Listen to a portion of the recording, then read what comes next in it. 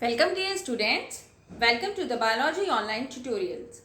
Dear class 12, as in the last tutorial we had discussed about how biotechnology helps in the field of medicine, and there we discussed the first case, that is how genetically engineered insulin is prepared. So today I will discuss the second application in the field of medicine, and that is gene therapy.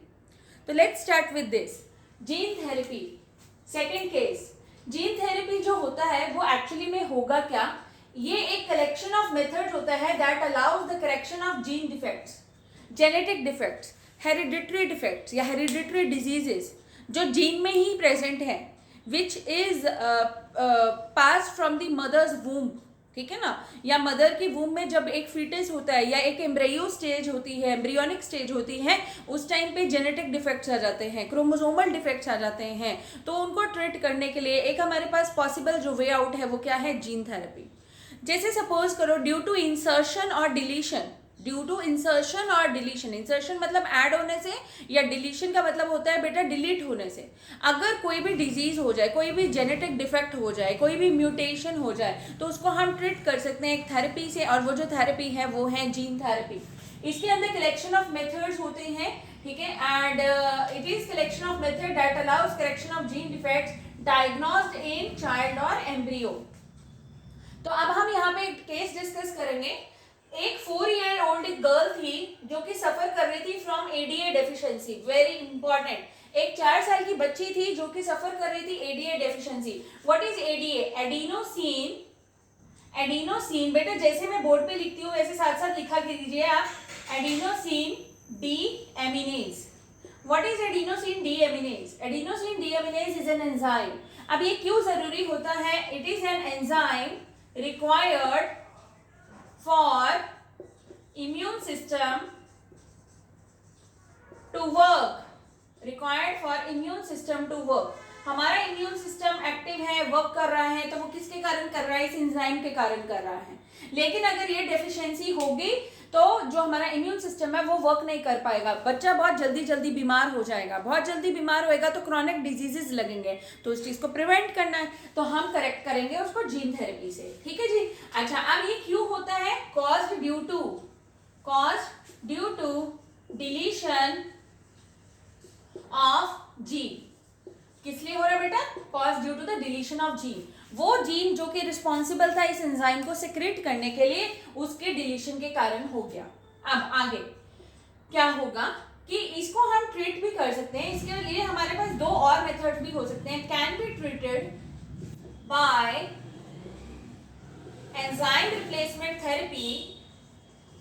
Enzyme replacement therapy और enzyme replacement therapy से भी हम कर सकते हैं, और bone marrow transplantation. ठीक है, हम बोन मैरो ट्रांसप्लांटेशन से भी कर सकते हैं.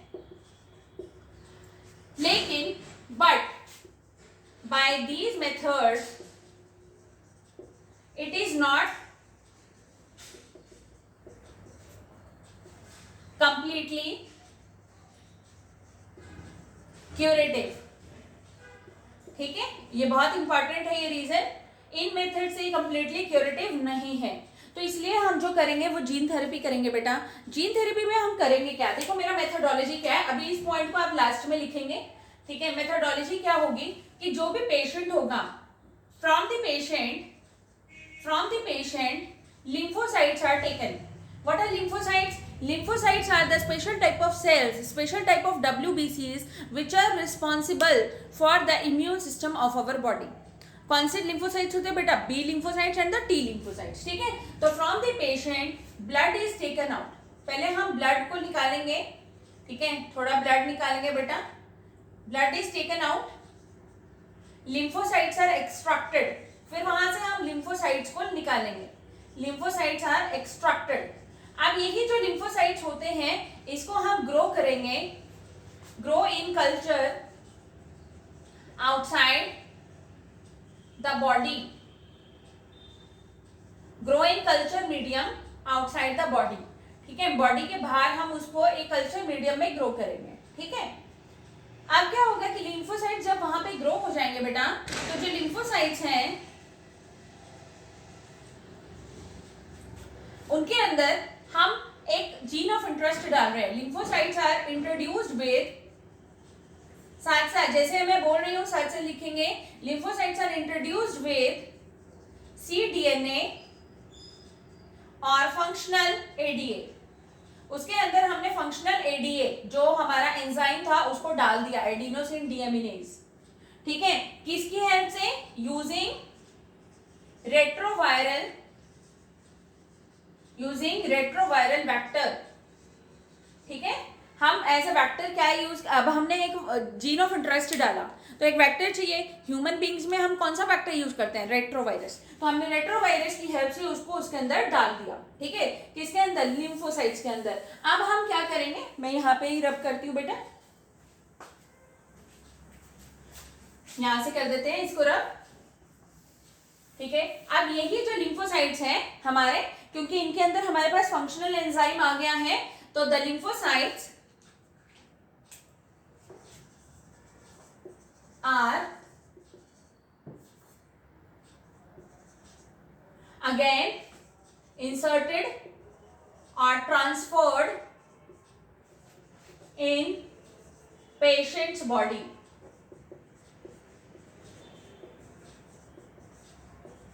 And the disease can be corrected. But as these cells are not immortal. Immortal मतलब अमर नहीं है बेटा, ये ऐसा नहीं है कि कभी डाई नहीं करेंगे, दे विल डाई. तो as these cells are not immortal, तो periodic infusion is done. Periodic infusion, जैसे ब्लड को बार बार इंटरवल्स में चढ़ाते हैं, इन्फ्यूजन इज डन. ठीक है, तो बार बार लिम्फोसाइट्स को चढ़ाना पड़ेगा ऐसे पेशेंट को. ठीक है जी, बार बार ऐसे पेशेंट को फिर चढ़ाना पड़ेगा लिम्फोसाइट्स को, बिकॉज लिम्फोसाइट्स कंप्लीटली क्यूरेटिव नहीं है. ठीक है, एंड फॉर परमानेंट क्योर, अब इस पॉइंट पे आ जाएंगे. This is the last point. For permanent cure क्या कर सकते हैं? The gene isolated from the bone marrow sales.